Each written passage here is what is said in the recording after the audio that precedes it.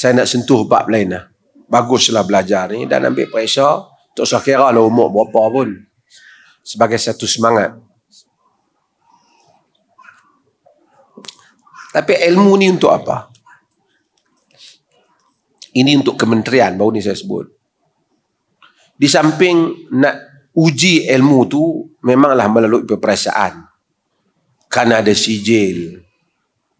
Ramai orang tak ada sijil tapi ada ilmu, tak dinafikan. Tokoh-tokoh besar hadis di zaman moden ni, Syuaib Al-Arnaut, Abdul Qadir Al-Arnaut, tak ada PhD, tak ada apa, tapi alim besar. Syekh Nasiruddin Albani, alim hadis, tak ada PhD, tak ada mengaji universiti. Syekh Abdul Aziz Abdullah bin Bash, Syekh Muhammad Saleh Ibn Utsaimin, alim besar, tak ada mengaji universiti. Walaupun akhirnya mereka jadi pensyarah universiti. Kita tahu itu bukan syaratnya. Tapi cuma kalau seorang tu duduk saja-saja kata saya melalui mimpi saya jadi alim, itu tak terima lah. Normalnya prosesnya proses pembelajaran.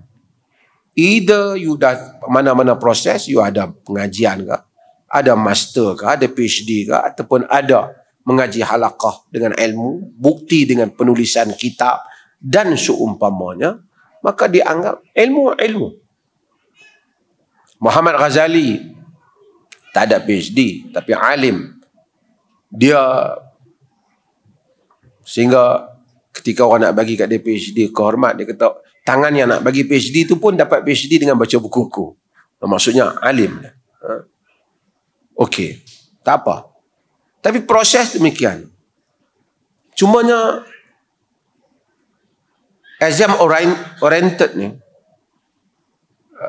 budak-budak yang baca hanya untuk periksa. Akhirnya dia hanya untuk periksa. Dia hanya buat berbagai strategi bagaimana nak boleh dia berjaya dalam periksa. Walaupun akhirnya dia tak ada nilai-nilai yang lain. Periksa bagus, bahasa Malaysia bagus, tapi nak cakap ke orang tak erti.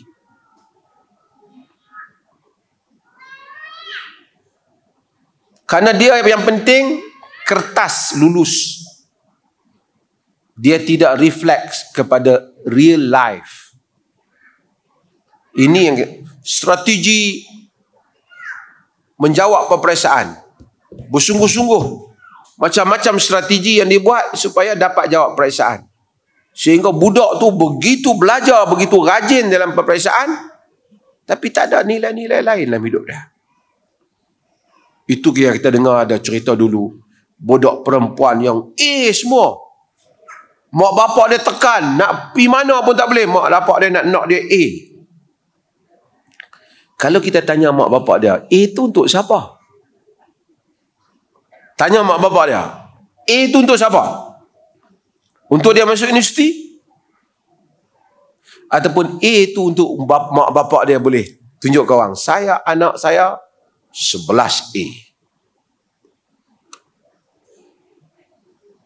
A. Ataupun untuk apa? Untuk dia bersaing dengan orang. Baguslah dia dapat A. Saya bukan kata tak bagus dapat A. Saya kata bagus dapat A. Tapi A untuk siapa? Kalau A itu sebagai satu jambatan untuk dia pergi langkah kepada dunia ilmu yang lain, bagus.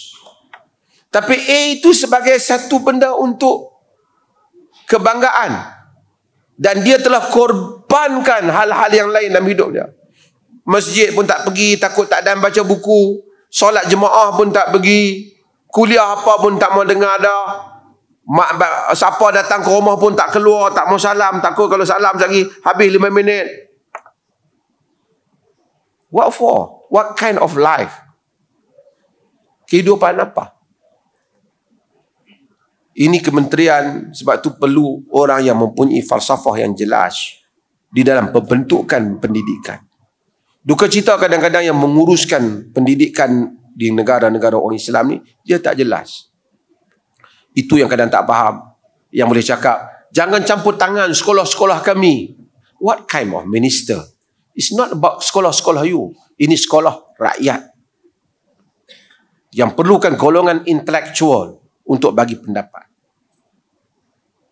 Dulu, Pelajar-pelajar universiti. Saya pensyarah universiti. Saya tahu. Taklah berjaya sangat, tapi saya dapat profesor lah universiti. Profesor tu bukan Perlis yang bagi kat saya. Profesor tu USM bagi saya. Ada proses lah. Maksudnya bukan kerana isu profesor itu, tapi nak ceritanya saya pensyarah universiti lah. Saya tahulah universiti. Pelajar universiti kadang-kadang yang sokok dan yang skor A. Tapi kalau kita tanya, kita buat cerita dalam kuliah kita, isu semasa ke apa, dia tak tahu apa. Orang gelak, dia tak boleh gelak. Dia tak tahu apa. Dia tak tahu apa yang berlaku dalam dunia ni. Anak-anak kita pun kena, saya pun ada juga kadang-kadang. Mungkin dia tahu sesuatu, dia baca benda lain lah, tapi dia tak tahu what happening. Apa yang berlaku ni dalam dunia ni. Keliling dia, masyarakat dia. Sebab tu agama datang, didikan. Bukan saja ilmu, tapi ilmu untuk menjadikan dia beramal kerana Allah dan berkhidmat untuk manusia ini kerana Allah. Jika tidak, tak memberi manfaat.